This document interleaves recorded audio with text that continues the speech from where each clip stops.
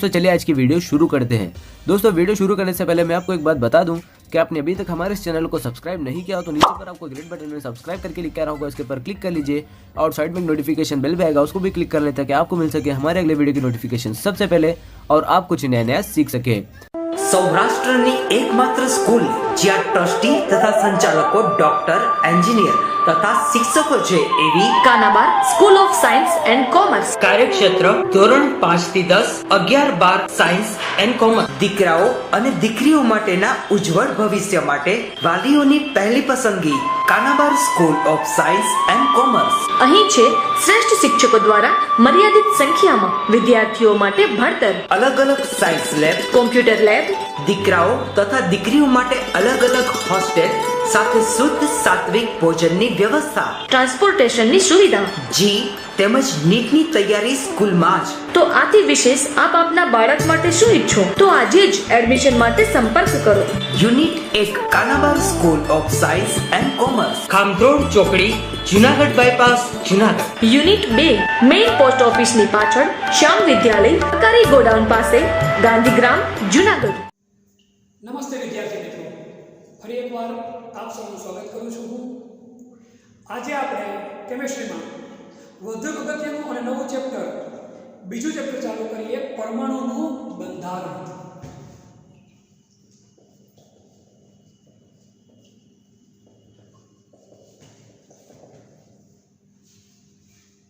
ખૂબ જ અગત્યનું ચેપ્ટર। મેં તમને ત્રીજું ચેપ્ટર શરૂ કરવા ટાઈમે કીધું હતું કે ત્રીજું ચેપ્ટર અને બીજું ચેપ્ટર બંને એકબીજા સાથે જોડાયેલા છે। જો ત્રીજું ચેપ્ટર વ્યવસ્થિત સમજેલા હોય તો આ ચેપ્ટર સરળતાથી આપણને આવડી જાય અને આ ચેપ્ટર સમજીએ તો ત્રીજું સરળતાથી આવડી જાય। એટલે આ બંને ચેપ્ટર એકબીજા સાથે જોડાયેલા છે। એટલે ત્રીજા ચેપ્ટરની ઘણી બધી માહિતી આપણને આ ચેપ્ટરમાં કામ લાગશે। 1 થી 30 તત્વો તમે લોકોએ હું માનું ત્યાં સુધી પાકા કરી નાખ્યા જ હશે। હવે વાત કરીએ આપણે પરમાણુના બંધારણની। તો તત્વજ્ઞાનીઓ, ભારતના અને ગ્રીક દેશના તત્વજ્ઞાનીઓએ ઈસવીસન પૂર્વે પરમાણુઓ વિશેની માહિતી આપેલી હતી। ત્યારબાદ જેમ જેમ સંશોધનો થતા ગયા, આગળ વધતા ગયા, એમ પરમાણુઓ વિશે અવનવી માહિતી આવી ગઈ। એમાં આવ્યો ડાલ્ટન। કોણ આવ્યો હતો કે ભાઈ? ડાલ્ટન। ડાલ્ટને 1808ની અંદર જે પોતાની પરમાણુ સિદ્ધાંત અથવા તો પરમાણુની અભિધારણા હોય એ આપણે પહેલા ચેપ્ટરમાં ભણી ગયા। એણે એવું કીધું હતું કે પરમાણુ અવિભાજ્ય પણ છે, એટલે કે પરમાણુનું વિભાજન શક્ય નથી। આવી માહિતી કોણે આપી હતી તો કે ડાલ્ટન। પણ 19મી સદીના અંતમાં અને 20મી સદીની શરૂઆતમાં અપરમાણ્વીય કણો,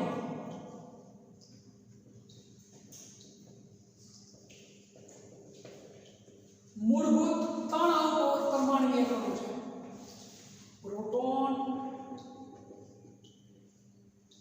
ન્યુટ્રોન અને ઇલેક્ટ્રોન। આ 3 કણોની શોધ થઈ એટલે ડાલ્ટનની અભિધારણાઓ કેવી સાબિત થઈ ગઈ તો કે ભાઈ ખોટી। ડાલ્ટનની અભિધારણાઓ ખોટી સાબિત થઈ ગઈ। આ 3 કણોની શોધ પછી અત્યારે તો આ 3 કણ સિવાયના પણ બીજા કણોની શોધ થયેલી છે। આ 3 કણોના તો અત્યારે મૂળભૂત કણો કીધા છે, પરમાણુના મૂળભૂત કણો। આ સિવાય અપરમાણ્વીય કણો બીજા શોધાયા ઘણા બધા: મેસોન, પ્રોઝિટોન, ન્યુટ્રિનો, એ બધાને અપરમાણ્વીય કણો કીધા। એટલે કે જેમ જેમ નવી શોધ થતી ગઈ એમ વૈજ્ઞાનિકોના મગજમાં નવા પ્રશ્નો ઉદ્ભવતા ગયા। ખાસ કરીને ડાલ્ટને જે માહિતી આપી હતી, ડાલ્ટનની માહિતી આપણે ગુણક પ્રમાણનો નિયમ ભણાવીએ, સંયોગકરણના નિયમો ભણાવીએ, એ બધા માટે સાચી થતી હતી। પણ જેમ જેમ અભ્યાસ આગળ જતો ગયો એમ ડાલ્ટનની માહિતી કેવી પડી તો કે ખોટી। એના કરતાં પણ નવી શોધો બીજી આવતી ગઈ। મગજમાં પ્રશ્ન નવો ઊભો થાય કે ડાલ્ટનની માહિતી સંપૂર્ણ સાચી નથી તો આપણે શું કામ ભણીએ? એ એટલા માટે ભણીએ કે ડાલ્ટને જે ટાઈમે માહિતી આપી એ ત્યારે એવા કોઈ સંસાધનો કે એવી કોઈ શોધો વધારે થઈ હતી નહીં, અને ત્યારે અવનવા સાધનો પણ હતા નહીં, છતાં પણ આ રીતની માહિતી આપવી એ ડાલ્ટનની મોટી સિદ્ધિ ગણાતી હતી એ સમયે. હવે આગળ આપણે વાત કરીએ કે અપરમાણ્વીય કણોની શોધ થઈ પછી શું છે, તો ભાઈ અપરમાણ્વીય કણો એટલે કે પ્રોટોન, ન્યુટ્રોન, ઇલેક્ટ્રોન આ સિવાયના બીજા કણોની શોધ થઈ એટલે વૈજ્ઞાનિકોના મગજમાં અવનવા પ્રશ્નો ઉદ્ભવ્યા. કયા કયા પ્રકારના પ્રશ્નો ઉદ્ભવ્યા, તો કે ભાઈ એક પરમાણુના બીજા પરમાણુ સાથેના સામ્યતા, એક તત્વના પરમાણુની બીજા તત્વના પરમાણુ સાથેની સામ્યતા, કે ભાઈ બે તત્વો છે અલગ અલગ, એમાં બંનેના ગુણધર્મ ક્યાં સમાન છે, ક્યાં બંનેના ગુણધર્મો જુદા પડે તો શું કામ જુદા પડે, સમાન ગુણધર્મો છે તો શું કામ સમાન ગુણધર્મો છે, એ બધી માહિતી કરીને અભ્યાસ કઈ રીતે કરવો એક એ વસ્તુ આવી. ત્યારબાદ જુદા જુદા તત્વોનો સ્વભાવ કેવો છે, કયો તત્વ કઈ પ્રકારની પ્રક્રિયા કરે છે, એ બધી સમજણની વાત આગળ આવી. એટલે વૈજ્ઞાનિકોના મગજમાં પ્રશ્નો સોલ્વ થવાને બદલે નવા પ્રશ્નો ઉદ્ભવતા ગયા. પણ આ જે મૂળભૂત ત્રણ કણો છે એ ખૂબ જ અગત્યના. હું એ ત્રણેય કણોની શોધ વિશેની આશીર્વાદની તમને માહિતી આપી દઉં. તમને ન્યુટ્રોનની શોધ કોણે કરી, તો કે ચેડવિકે કરી. કોણે કરી, તો કે ભાઈ ચેડવિકે કરી. કઈ સાલમાં કરી, તો કે 1932માં.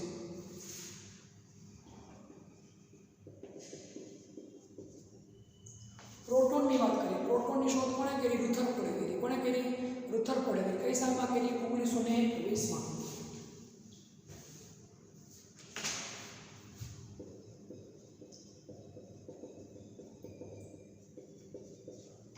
ઇલેક્ટ્રોનની શોધ કોણે કરી, તો કે ભાઈ જે થોમ્સન 1857.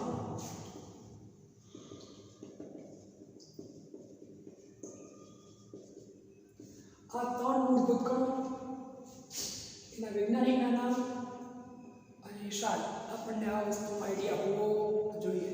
પરીક્ષામાં આ વસ્તુ પૂછાતી ભલે નથી પણ આપણને આવડવી જોઈએ. હવે જે પોઈન્ટ તમને સમજાવું છું તમને કેથોડ કિરણાવલી વિશે.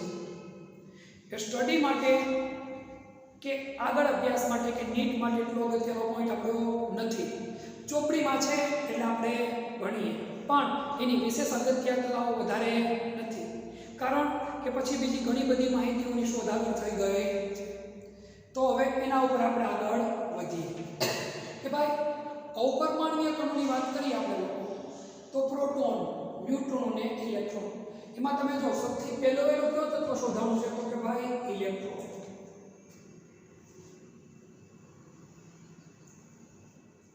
સૌથી પહેલો કયો તત્વ શોધાણું, તો કે ઇલેક્ટ્રોન. આ ચેપ્ટરની અંદર આપણે લોકોએ ઇલેક્ટ્રોન અને પ્રોટોન આ બેનો જ અભ્યાસ કરવાનો છે.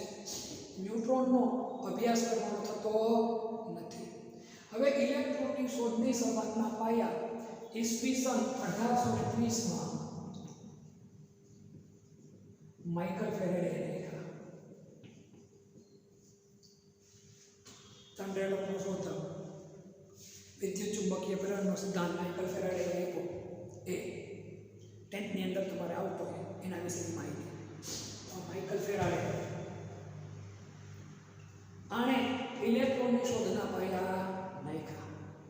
એણે એક નળી બનાવી, એને કેથોડ નળી કહેવાય. શું કહેવાય? કેથોડ નળી.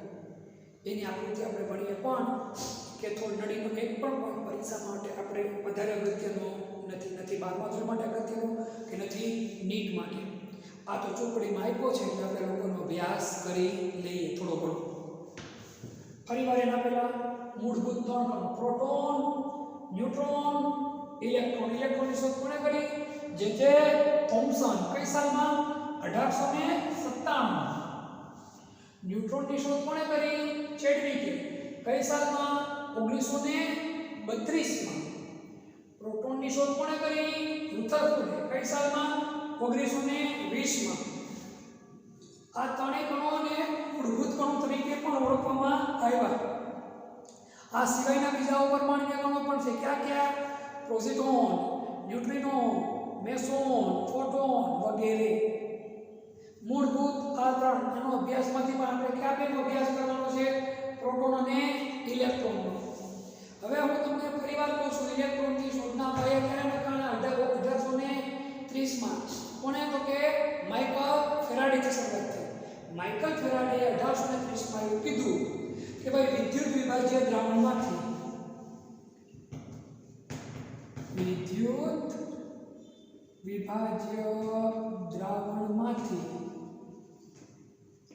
વિદ્યુત પ્રવાહ પસાર કરતા, સમજો, વિદ્યુત વિભાજ્ય દ્રાવણમાંથી વિદ્યુત પ્રવાહ પસાર કરતા વિદ્યુત ધ્રુવો ઉપર રાસાયણિક પ્રક્રિયા થાય છે. ફરી એકવાર, વિદ્યુત વિભાજ્ય દ્રાવણમાંથી વિદ્યુત પ્રવાહ પસાર કરતા વિદ્યુત ધ્રુવો ઉપર રાસાયણિક પ્રક્રિયા થાય છે. વિદ્યુત વિભાજ્ય દ્રાવણમાંથી વિદ્યુત પ્રવાહ પસાર કરતા વિદ્યુત ધ્રુવો ઉપર રાસાયણિક પ્રક્રિયા થાય છે. આવી માહિતી કોણે આપી? Michael Faraday. એનું કહેવાનો અર્થ શું? તો કે તમારા મગજમાં પ્રશ્ન ઊભો થાય, વિદ્યુત ધ્રુવો કોને કહેવાય? તો આપણે એક ધન ધ્રુવ હોય અને એક ઋણ ધ્રુવ હોય. સેલ હોય બેટરીના, એક છેડો ઉપર હોય ને એક છેડો નીચે હોય. પ્લસ હોય ને કયો ધ્રુવ કહીએ આપણે? ધન ધ્રુવ અથવા તો એનોડ. અને માઇનસ હોય ને કયો ધ્રુવ કહીએ આપણે બધા? કેથોડ. આ બંનેને શું કહેવાય? વિદ્યુત ધ્રુવો.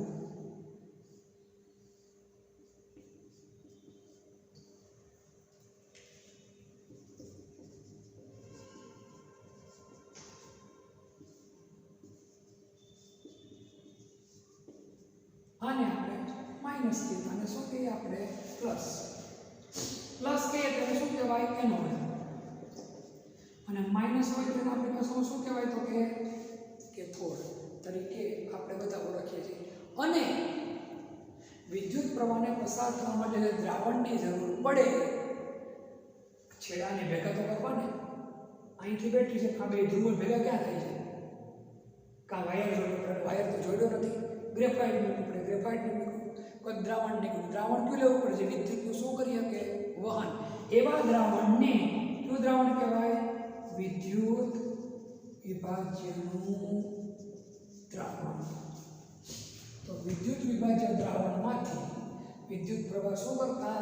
પસાર કરતા વિદ્યુત ધ્રુવો ઉપર શું થાય છે? રાસાયણિક પ્રક્રિયા થાય છે. આવી માહિતી કોણે આપી? Michael Faraday. કઈ સાલમાં? 1830 માં. ત્યારબાદ 1850 ની અંદર એ લોકોએ કેથોડ નળી ઉપર જે પ્રયોગ કર્યો એ જરા આપણે પ્રયોગ જોઈ લઈએ.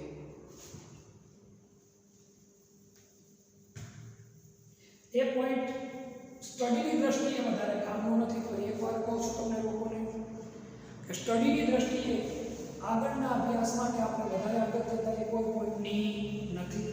વધારે અગત્યતા આગળના અભ્યાસ માટે માત્ર ને માત્ર આટલી વસ્તુની છે. આ સિવાય બીજું કાંઈ નથી. પણ ચોપડીમાં આવે છે એટલે આપણે એકવાર એનો અભ્યાસ તો કરવો સરખી રીતે પડે. આ ત્રણ પોઈન્ટ ખાસ કરવું છે: પ્રોટોનની શોધ, ન્યુટ્રોનની શોધ અને ઇલેક્ટ્રોનની શોધ. હવે કેથોડ કિરણ નળી કેવી હોય એ જરાક જોઈ લઈએ આપણે.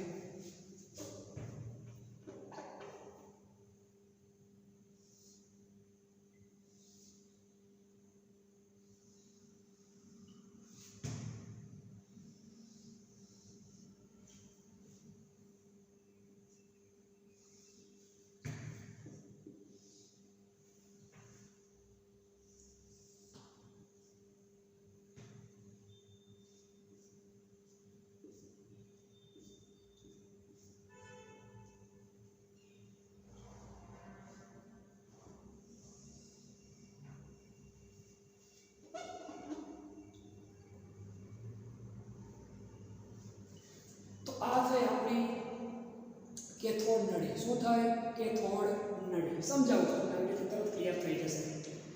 ઈસવીસન 1850 ની અંદર શૂન્યાવકાશ કરેલી નળીની અંદર વૈજ્ઞાનિકોએ અભ્યાસ કર્યો. શૂન્યાવકાશ કેમ થાય એ તમને સમજાવું. પહેલા આપણે જોઈએ આને શું કહેશું? આપણે ઋણ ધ્રુવ એટલે શું કહેશું? કેથોડ. આને પ્લસ એટલે શું કહેશું આપણે? આને એનોડ. આ વિદ્યુતનું વહન કરી શકતી ધાતુના ધ્રુવ હોય. આને શું કહેવાય? તો કે ઊંચો વોલ્ટેજ ધરાવતી બેટરી. અને આને શું કહેશું? તો કે શૂન્યાવકાશ પંપ. શૂન્યાવકાશ પંપ પણ કહેવાય અથવા તો હવા શોષક પંપ. એવા પંપ આવે કે જે બધી હવા શું કરે? શોષી લે અને વાતાવરણ કેવું કરી નાખે? તો કે ભાઈ શૂન્યાવકાશ. કેવું કરી નાખે? શૂન્યાવકાશ કરી નાખે. હવે આની અંદર તમે વિદ્યુત પ્રવાહ પસાર કરો. વિદ્યુત પ્રવાહ પસાર કેવો કરવાનો છે એ ખાસ યાદ રાખજો. ઊંચા વોલ્ટેજ વાળો અને નીચા દબાણે ઊંચા વોલ્ટેજ વાળો વિદ્યુત પ્રવાહ પસાર થાય તો એ કેથોડમાંથી કઈ તરફ ગતિ કરે? એનોડ તરફ. કેથોડથી કઈ તરફ ગતિ થાય? એનોડ તરફ.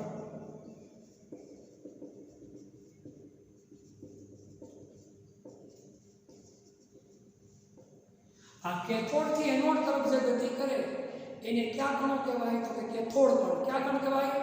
કેથોડ કણો અથવા કેથોડ કિરણો કહેવાય.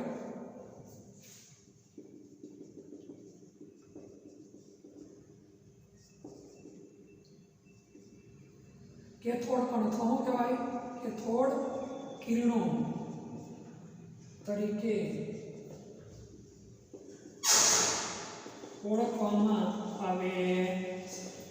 કોના નામે ઓળખવામાં આવે છે? તો કે ભાઈ કેથોડ કણ અથવા તો શું કહેવાય? કેથોડ કિરણો તરીકે એને ઓળખવામાં આવે છે. ફરીવાર શૂન્યાવકાશ નળી લીધી તમે લોકોએ. હવા શોષક પંપની મદદથી બધી હવા કાઢી ગઈ. પછી એમાં ઊંચો વોલ્ટેજ વાળી બેટરીથી ઊંચો વોલ્ટેજ તમે પસાર કર્યો તો વિદ્યુત પ્રવાહ જે પસાર થાય એ કેથોડથી કઈ બાજુ જાય? એનોડ તરફ ગતિ કરે છે. કેથોડથી એનોડ તરફ જે ગતિ થાય એને કયા કણ કહેવાય? કેથોડ કણ. અથવા એને શું કહેવાય? કેથોડ કિરણના નામે પણ ઓળખવામાં આવે છે. કોના નામે ઓળખવામાં આવે? કેથોડ કિરણના નામે પણ એને ઓળખવામાં આવે છે. આના ઉપરથી હું તમને સમજાવું ચોપડીની બહારની વસ્તુ. આપણા ઘરની અંદર ગમે ત્યાં વિદ્યુત પ્રવાહ જે પસાર થાય એ વિદ્યુત પ્રવાહની દિશા સાચી દિશા હંમેશા ઋણથી ધન હોય. પણ આપણે ભણીએ કઈ પ્લસ થી માઇનસ. પરંતુ આપણે પ્લસ થી માઇનસ ભણીએ એ દિશાને કઈ દિશા કહેવાય? રેવાજિક દિશા. કઈ? રેવાજિક પ્રવાહની દિશા કહેવાય. રિવાર્સ પાયરો. ખરેખર કઈ આવે? માઇનસ થી પ્લસ. પરંતુ આપણે બધા કઈ ભણીએ? પ્લસ થી માઇનસ. પ્લસ થી માઇનસ ની દિશાને કઈ દિશા કહેવાય? રેવાજિક પ્રવાહની. સાચી દિશા કઈ છે? તો કે ભાઈ ઋણથી ધન. આ વાત ખાસ આપણે યાદ રાખી લેવાની છે. હવે આ કેથોડ નળી ઉપર અભ્યાસ કર્યો. કેથોડ કણો, કેથોડ કિરણો કે પણ કેથોડ કણો કે કેથોડ કિરણોને એવી રીતે જોઈ શકાય નહીં. તો એનો અનુભવ કરવો કે એને જોવા હોય તો કઈ રીતે જોવા? ખરેખર જોઈ શકાતા નથી પણ એનો અનુભવ કરી શકાય.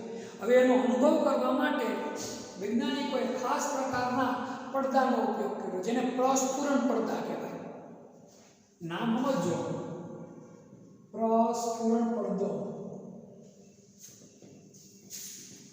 પ્રસ્ફુરણ પડદો. પ્રસ્ફુરણ સ્ફુરણ થાય એને કોઈ પણ વસ્તુ ટચ કરે એટલું થાય સ્ફુરણ થાય એને શું કહેવાય? પ્રસ્ફુરણ. તમને ખબર હોય તો મોબાઈલની સ્ક્રીન હોય ટીવી હોય ટીવી તો ટીવીમાં તમે આંગળી અડાડો ટીવીની સ્ક્રીનને તો કલર એનો છે રેડ આવે. એને શું થયું કહેવાય? એની પ્રસ્ફુરણા. શું થયું કહેવાય? પ્રસ્ફુરણા. તો એ પ્રસ્ફુરણ પડદાનો ઉપયોગ કરવામાં કઈ રીતે સમજીએ હવે આગળ વધારે. ફરી એકવાર આકૃતિ બનાવવી પડશે આપણે, પણ ફરી એકવાર તો આપણે વધારે કામના નથી એટલે એનો વધારે અભ્યાસ કરવાનો જરૂર નથી.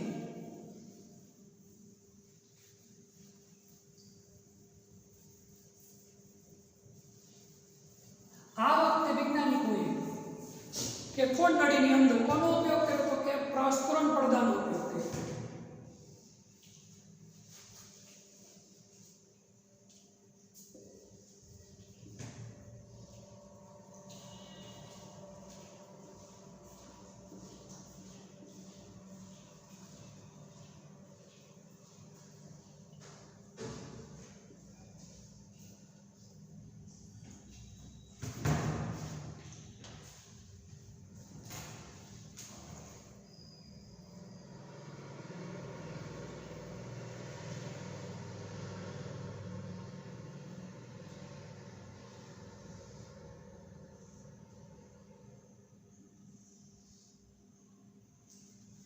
આને શું કહેશું આપણે? તો કેથોડ. આને શું કહેશું આપણે? એનોડ. ઊંચો વોલ્ટેજ હવા શોષક પંપ. અને અહીંયા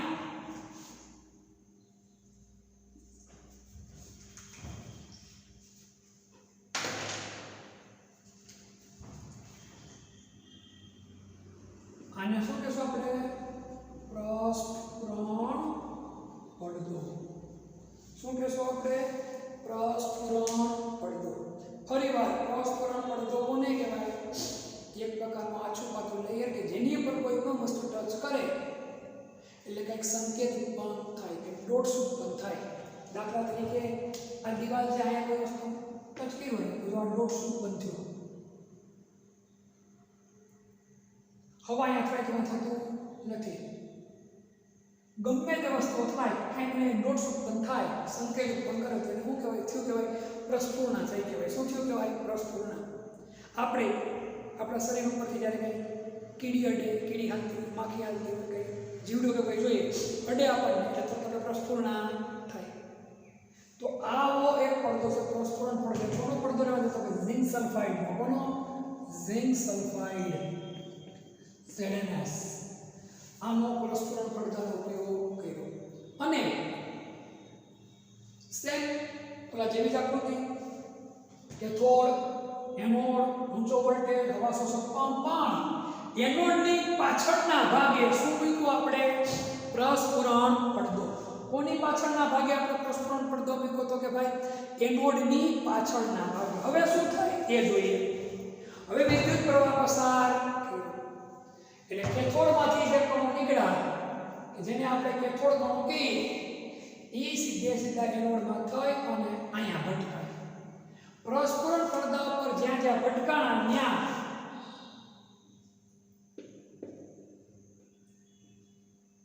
ચમકારા ઉત્પન્ન કર્યા, ડોટ્સ એક પ્રકારના ઉત્પન્ન કર્યા. જ્યાં પ્રકાશના ઉત્પન્ન થયા ઝબકારા, ઉત્પન્ન થયા ઝબકારા. એના ઉપરથી વિકિરણ એવું સાબિત થયું કે કેથોડ કિરણ છે એ વિકિરણ સ્વરૂપે છે અને કયા સ્વરૂપે છે? કણ સ્વરૂપે પણ છે, જે તમને આ ચેપ્ટરમાં આગળ ભણાવીશું. આ કેથોડ કિરણોને કોના પ્રવાહ તરીકે ઓળખવામાં આવ્યા? આગળ ગયા પછી ઇલેક્ટ્રોનના પ્રવાહ તરીકે. કોના પ્રવાહ તરીકે ઓળખવામાં આવ્યા? તો કે ભાઈ ઇલેક્ટ્રોનના પ્રવાહ તરીકે આને ઓળખવામાં આવ્યા. જેની માહિતી કોણે આપી? જે થોમ્સન. પણ યાદ રાખજો એની શોધની શરૂઆત ક્યારથી થઈ ગઈ હતી? 1830 થી. કોણે કરી હતી? Michael Faraday. પણ 1900ની સાલ આવવાની તૈયારી એટલે 1857 આ જે પ્રવાહ છે એ પ્રવાહને કોનો પ્રવાહ કીધો? કેથોડ કિરણોના પ્રવાહને ઇલેક્ટ્રોનનો પ્રવાહ. એ કોણે માહિતી આપી? તો કે ભાઈ જે થોમ્સન. કોને આપી માહિતી? જે થોમ્સન. ફરી એકવાર સમજી લો. પરીક્ષાની દ્રષ્ટિએ ભલે અગત્ય નથી પણ તમને સમજાવી દો. 100 ની અવકાશ નડી લીધી. એની અંદર તમે બે ધ્રુવ રેખા ધન ધ્રુવ અને ઋણ ધ્રુવ ઊંચા વોલ્ટેજ વાળો વિદ્યુત પ્રવાહ પસાર કર્યો. તમે વિદ્યુત પ્રવાહ પસાર કરો એટલે કેથોડથી કઈ તરફ જાય? એનોડ તરફ. પ્રસ્ફુરણ પડતો રાખ્યો તો પ્રસ્ફુરણ પડદા ઉપર એના કણો પથરાય એટલે શું ઉત્પન્ન થાય? સ્ફૂર્ણ ડોટ્સ ઉત્પન્ન થાય. આ પ્રસ્ફુરણ પડદો કોનો છે? ઝિંક સલ્ફાઇડનો. આ જે પ્રસ્ફુરણ ઉત્પન્ન થાય છે જે કણો હતા એને ક્યાં કણો કહેવાય? તો કે ભાઈ કેથોડ કણ. ક્યાં કણો કહેવાય? કેથોડ કણ. અથવા તેને કેથોડ કિરણોના નામે પણ ઓળખવામાં આવે. ભવિષ્યમાં એ ક્યાં નામે ઓળખાણા? તો કે ઇલેક્ટ્રોન તરીકે પણ ઓળખાણા છે. આ કેથોડ કણો ભવિષ્યમાં આ પ્રવાહ ઇલેક્ટ્રોનનો પ્રવાહ અને આ કણોને કેથોડ કણો તરીકે પણ ભવિષ્યમાં ઓળખવામાં આવ્યા. કઈ સાલમાં? 1897માં. એ માહિતી કોણે આપી? જે થોમ્સને. હવે આ પ્રયોગ ઉપરના કેટલાક અગત્યના તારણ. આ પ્રયોગનું તારણ જોઈએ આપણે. આ પ્રયોગના કેટલાક અગત્યના આપણે જોઈ લઈએ હું તો કે તારણ. હવે કેથોડ કિરણ છે એની શરૂઆત ક્યાંથી થાય? કેથોડથી. અને કેથોડ કિરણોની શરૂઆત ક્યાંથી થાય? તો કે કેથોડથી. અને જાય કઈ બાજુ? એનોડ બાજુ. કઈ બાજુ જાય? એનોડ બાજુ. કેથોડ કિરણની શરૂઆત કેથોડથી થાય છે અને એનોડ બાજુ ખસે છે અથવા જાય છે.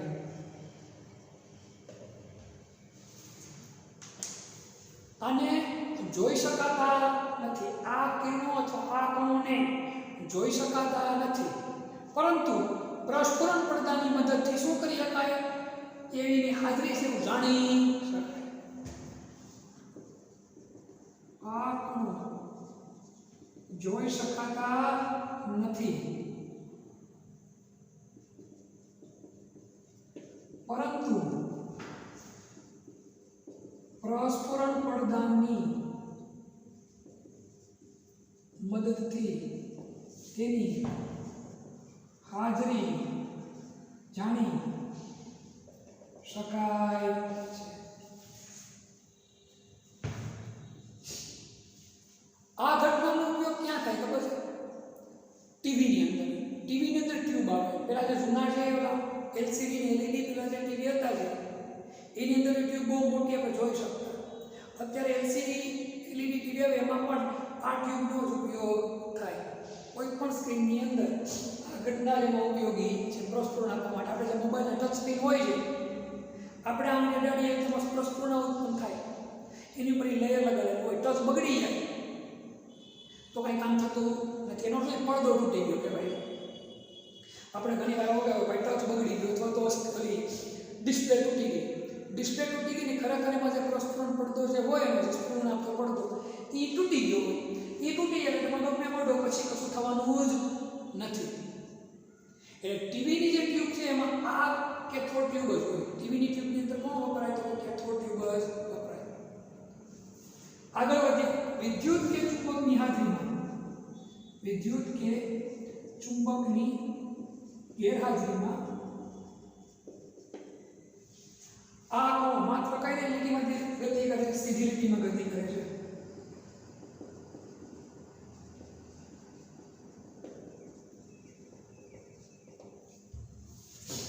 વિદ્યુત કે ચુંબકની ગેરહાજરીમાં આ કણો કેમાં ગતિ કરે છે? તો કે ભાઈ સીધી લીટીમાં ગતિ કરે છે. જો વિદ્યુત કે ચુંબકની હાજરી હોય તો આની ગતિની દિશામાં થોડો ઘણો આવે બદલાવ. પણ વિદ્યુત કે ચુંબકની ગેરહાજરી હોય તો આની ગતિ કેવી હોય? તો કે ભાઈ સીધી લીટીમાં જ હોય છે. આ કિરણો છે એ કેથોડમાંથી ઉત્પન્ન થાય એટલે કેવો વીજભાર ધરાવે? ઋણ. એટલે આને શું કહેવાય? તો કે ઇલેક્ટ્રોન. શું કહેવાય? ઇલેક્ટ્રોન. આ કિરણો અથવા તો કણો ઋણ વીજભાર ધરાવે છે. શું ધરાવે? તો કે ઋણ વીજભાર. એટલે એને શું કહેવાય? ઇલેક્ટ્રોન. શું કહેવાય? ઇલેક્ટ્રોન. પણ આ સમજ આપવાની ક્યારે? તો કે ભાઈ 1857માં. ક્યારે? 1897માં. એના પહેલા આ સમજ અપાણી હતી નહીં. એને ઇલેક્ટ્રોન કે એવું કોઈ પ્રકારનું નામ આપવાનું આવ્યું નહોતું. બીજી એક ખાસિયત એ છે આ કિરણોને અથવા કણોને અહીંયા કેથોડ કિરણ તરીકે ગમે એ પદાર્થ રાખ્યો હોય, ગમે તે ધાતુ રાખીએ, તમે સોનું રાખો, ચાંદી રાખો, કોપર રાખો, લોખંડ રાખો, ગમે તે રાખો, એમાંથી વિદ્યુત પ્રવાહ પસાર થાય એવું કંઈ પણ રાખો કે અંદર તમે ગમે તે વાયુ ભરેલો છતાં પણ આ કિરણો છે એના ગુણધર્મો બદલાતા નથી. ગમે તે ધ્રુવો હોય કે ગમે તે વાયુ ભરેલું હોય છતાં પણ પોતાના મૂળભૂત ગુણધર્મો જાળવી રાખે છે. એટલે જેમ છે એમને બધે એનો અર્થ સાબિત એવો થાય, ગમે ધાતુનો પરમાણુ હોય, ગમે વાયુ હોય, દરેકની અંદર ફરજિયાત આવેલું હોય. શું આવેલું હોય તો કે ભાઈ ઇલેક્ટ્રોન. શું આવેલું હોય? ઇલેક્ટ્રોન. આ માહિતી પરીક્ષાની દ્રષ્ટિએ આમાંથી કશું પૂછાતું નથી, એ 100% હું તમને કહું છું. પરંતુ આપણને આ વસ્તુની ખબર હોવી જોઈએ, કારણ કે આ બધી પાયાગત માહિતી હોય છે. આની થોડી ઘણી આવું કંઈક આખું તમે ન કરો પણ થોડી ઘણી માહિતી તમને ખબર હોય એની, તો ભાઈ આગળ જે તમે વિધિવત વ્યવસ્થિત અભ્યાસ કરો તમે લોકો, એમાં કોઈ પ્રકારના પ્રશ્નો ઊભા થાય નહીં. ફરી એકવાર આને આ વસ્તુ સમજાવી દો તમને કે ભાઈ ડાલ્ટને જ્યારે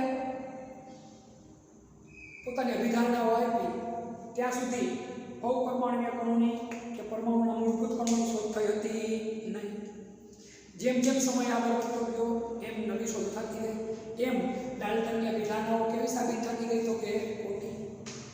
ખાસ કરીને માઇકલ ફેરાડે 1830ની અંદર એવી માહિતી આપી કે ભાઈ વિદ્યુત વિભાજિત દ્રાવણમાંથી વિદ્યુત પ્રવાહ પસાર કરો તો વિદ્યુત ધ્રુવોમાં રાસાયણિક પ્રક્રિયા થાય.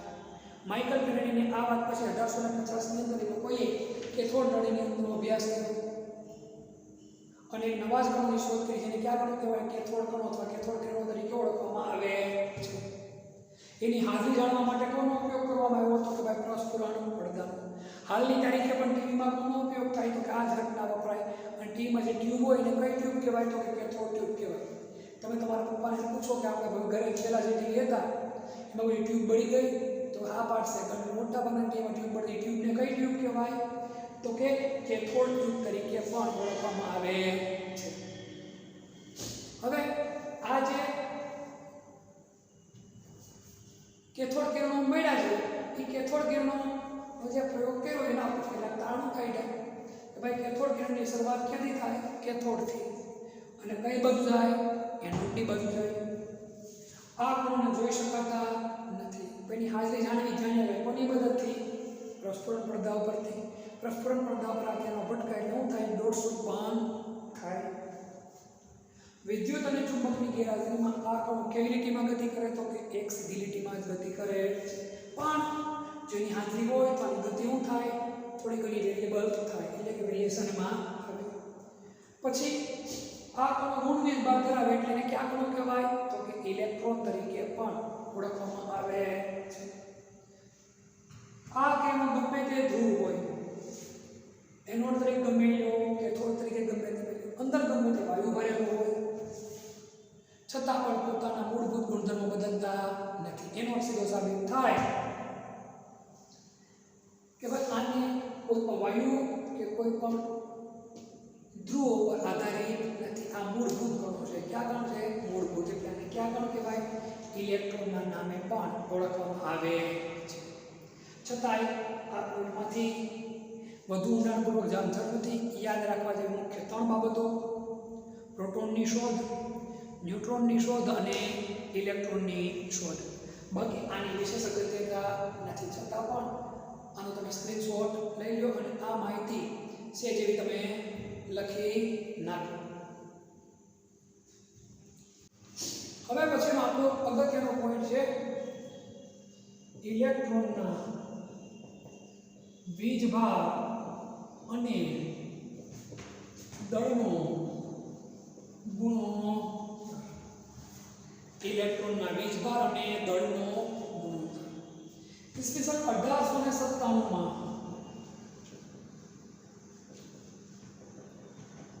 જે થોમ્સને ઇલેક્ટ્રોનના વીજભાર અને દળનો ગુણોત્તર આનો પ્રયોગ આપો કર્યો. પ્રયોગ આપણા માટે કશો જ કામનો નથી, માત્ર આપણે ગુણોત્તરની વેલ્યુઝ આવડવી જોઈએ. E upon m. E એટલે ઇલેક્ટ્રોન, m એટલે માસ ઓફ ઇલેક્ટ્રોન. ઇલેક્ટ્રોનનો વીજભાર અને દળનો ગુણોત્તર કેટલો થાય તો કે ભાઈ 1.758820 ગુણ્યા 1011 કુલમ ઇન્ટુ કેજી - 1. આ ગુણોત્તર થાય છે. આ એટલું જ આપણે યાદ રાખવાનું ખરેખર. એનો પ્રયોગ આપણા માટે કાંઈ કામનો નથી. પરીક્ષામાં એકેય જગ્યા ઉપર એનો પ્રયોગ પૂછાવાનો નથી, પરંતુ ચોપડીમાં આપ્યું છે એટલે આપણે ભણવું તો પડે. એટલે એના પ્રયોગની જે ફિગર અને શું કહેવા માંગે એ પોઈન્ટ આપણે જરા જોઈ લઈએ. આ માહિતી કોણે આપી? જે થોમ્સને. કોણે? જે થોમ્સન. એને શું કહ્યું તો કે કેથોડ નળી રીતે આપણે કેથોડ નળી બનાવીએ.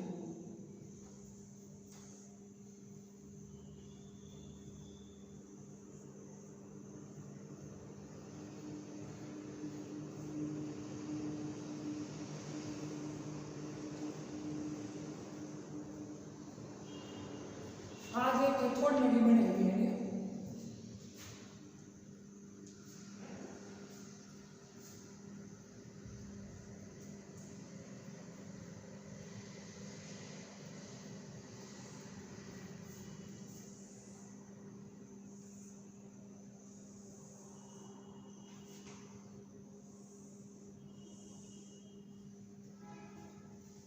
આને કહેશું આપણે પ્રસ્ફુરણ પડદો.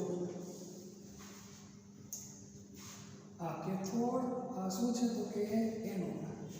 અહીંથી જે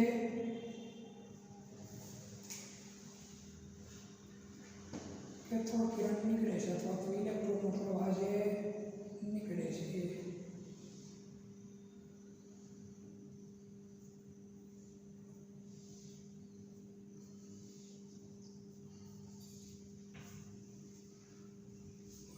ડોટને આપણે A B C. આકૃતિ એકેય વસ્તુ આપણા માટે વધારે અગત્યની નથી.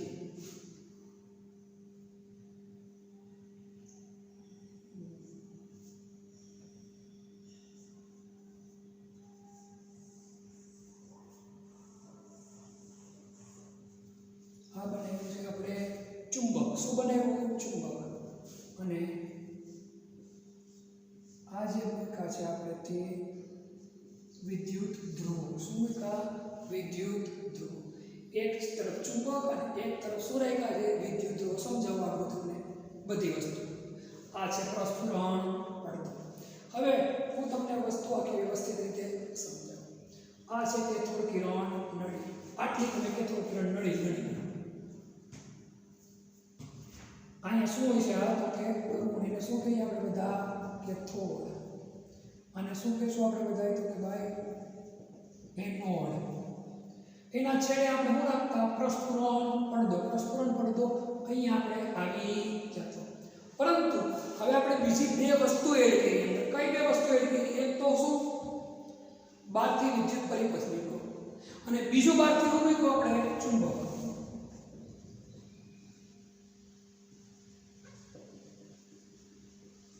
ચુંબક મૂક્યું અને બીજું શું મૂક્યું? આપણે કોઈ તો વિદ્યુત પરિપથ આપણે મૂક્યું.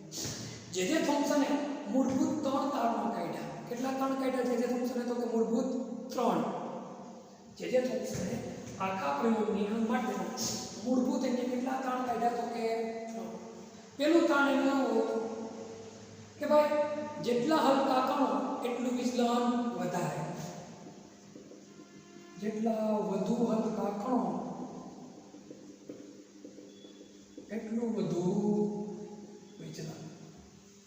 જેમ કણ વધારે હલકા એમાં વિચલનતા કેવી આવે તો કે વધારે.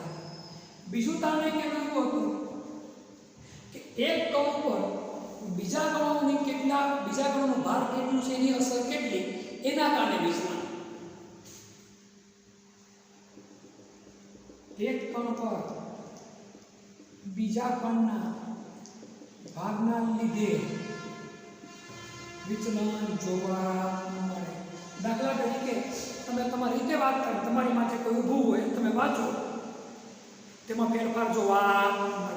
એને શું કહેવાય? એક કણ ઉપર બીજા કણનું વિચલન. અને ત્રીજું, વિદ્યુત પ્રવાહ અને ચુંબકીય ક્ષેત્રની હાજરીના કારણે વિચલન.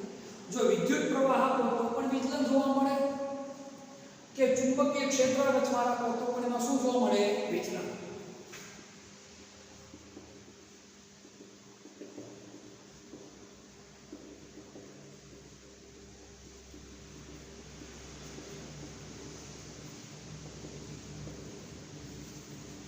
આ ત્રણ તારણો મૂળભૂત હતા જે થોમ્સનના તારણો હતા. આ સ્ટડી માટે આપણા માટે વધારે અગત્યના નથી.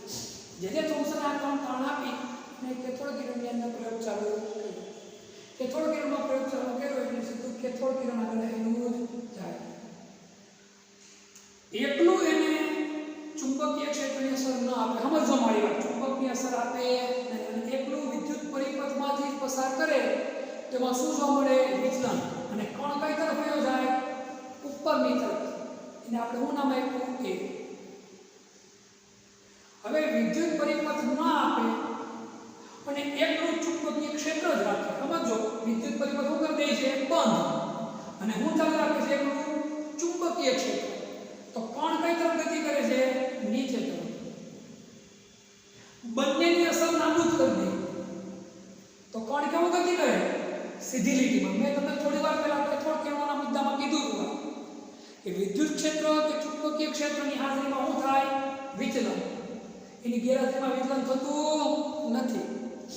આ બંનેની હાજરી હોય પણ જો બંનેનું પ્રમાણ કેવું હોય? સરખું, તો પણ કિરણ કઈ દિશામાં ગતિ કરે? સીધી લીટીમાં. સમજો મારી વાત. એકલો વિદ્યુત પરિપથ પસાર રાખો તો પણ વિચલન જોવા મળે. એકલું ચુંબકીય ક્ષેત્રમાં રાખો તો પણ વિચલન જોવા મળે. બંનેની હાજરી હોય, બંને એકબીજાને અસર નાબૂદ કરે તો કિરણ કેવી દિશામાં ગતિ કરશે? સીધી લીટીમાં ગતિ કરે. આના ઉપરથી ઇલેક્ટ્રોનના વીજભાર અને દળનો ગુણોત્તર નક્કી કર્યો. એ કેટલો થયો? 1.88 કુલમ ઇન્ટુ કિલોગ્રામની ઓછા 1. આ આંકડો આપણને યાદ રાખવાનો છે. બીજી કશી જ વસ્તુ આપણે યાદ રાખવાની જરૂર નથી. બીજી કોઈ પણ પ્રકારની વસ્તુ યાદ રાખવાની